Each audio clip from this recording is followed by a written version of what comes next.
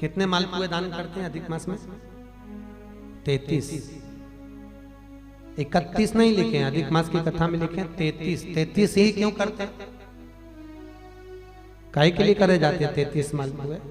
कोई महाराज जी से पूछियो कि भैया 33 ही क्यों, 31 कर दो, 32 कर दो, और मालपुए ही क्यों? रसगुल्ला कर दो, इमरती कर दो, जलेबी कर दो, पर मालपुए लिखे हैं अधिक मास की कथा में, मालपुए, और वो भी 33। 31 नहीं। अभी तक आपने जितने भी दान करे 21 कर लो, 11 कर लो, 108 कर लो, पर 33 ही मालपुए अधिक मास में।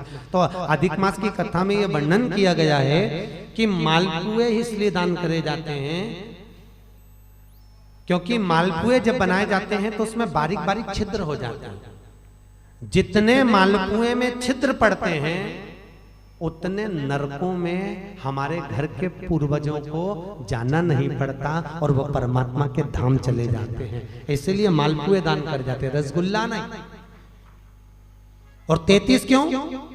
30 दिन के तो 30, 31वें नंबर का मालपुआ। हमने अगर बेटी के घर का अन्न खा लिया हो, हमने बेटी के घर का अगर भोजन कर लिया हो तो उसका दोष ना लगे, इसलिए 31वें नंबर का मालपुआ दान होता है।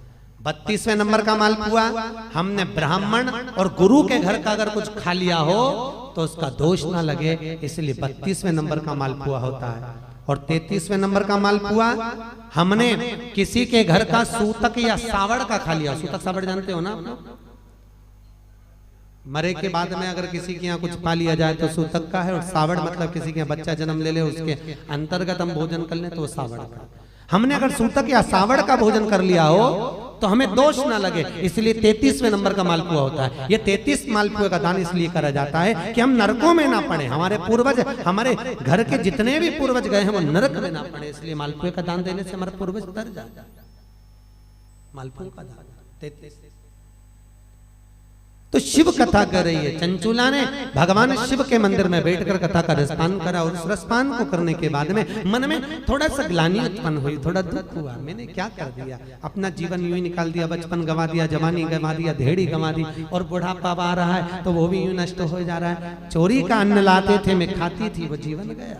अब थोड़ा भजन किया, वापिस गई चंचूला। जिस ब्राह्मण ने शिव महापुराण की कथा सुनाई थी उसी ब्राह्मण के पास पहुंची, उसी ब्राह्मण के पास। ब्राह्मण देवता, ब्राह्मण देवता गुरुजन, आप मंदिर में शिव कथा कह रहे थे, और कथा में मैंने बहुत सारा व्याख्यान सुना कि पापी को कैसा कैसा त्राण भोगना पड़ता है। प्रभु, मैं बेधव्य विधवा, ऐसा कोई कथा सुना दीजिए जिससे मैं परमात्मा के धाम को चली जाऊं। ब्राह्मण ने वापिस शिव महापुराण की कथा सुंदर सरोवर के तट पर चंचूला को श्रवण कराई, और चंचूला उस कथा को सुनकर भगवान शंकर के कैलाश धाम पर पहुंच गई, जहां पार्वती जी की सखी बनकर निवास किया है चंचूला।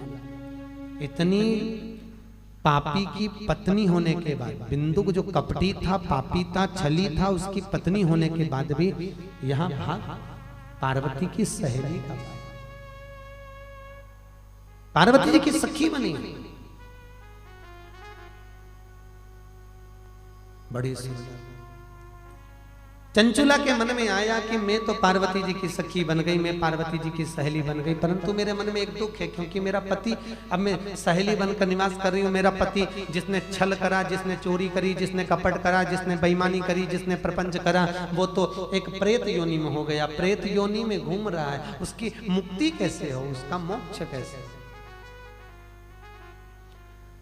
तो सूत जी सोनक जी को कह रहे हैं, उस पति के मोक्ष के लिए चंचूला ने पार्वती जी से पूछा, मां जगत जननी अम्बा, जगत धात्री मां दुर्गा, हे जगदम्बा, हे पार्वती, कुछ ऐसा नियम बता दो जिसको मैं कर कर अपने पति को मोक्ष दे दूं, प्रेत योनि से वो छूट जाए। तब चंचूला के शब्द सुने तो तुरंत पार्वती जी बोली, इसका तो एक ही उपाय है, अगर जिस कथा को मैंने शंकर जी के मुख से सुनी थी, वही शिव महापुराण की कथा अगर तेरे पति के निमित्तार्थ कराई जाए तो तेरा पति भी मोक्ष पा जाएगा, और वापिस मोक्ष पाकर तू अखंड सौभाग्य को धारण कर सकती है।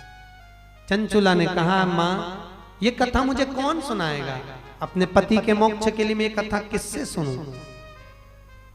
कहा एक काम करो, कथा सुनना है? हाँ। शिव कथा को तो केवल एक ही सुना सकते हैं, वो नारद जी से जाकर कहो। अब नारद जी के पास चंचुला गई। नारद जी महाराज तो आ रहे थे बड़े आनंद में, हाथ में वीणा।